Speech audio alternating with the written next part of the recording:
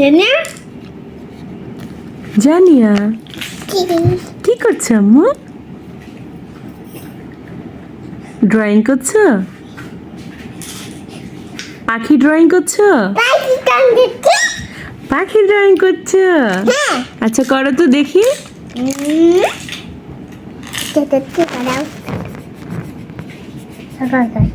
এভাবে?